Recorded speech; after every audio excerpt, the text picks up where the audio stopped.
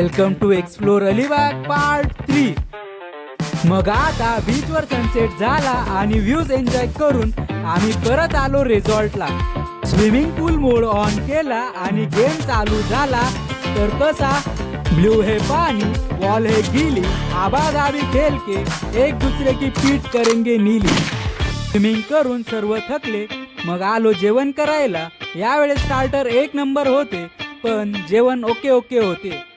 जेवण झाल्यानंतर काही लोक झोपतात, पण तुम्हाला तर माहिती ना आपला पॅटर्नच वेगळा आहे।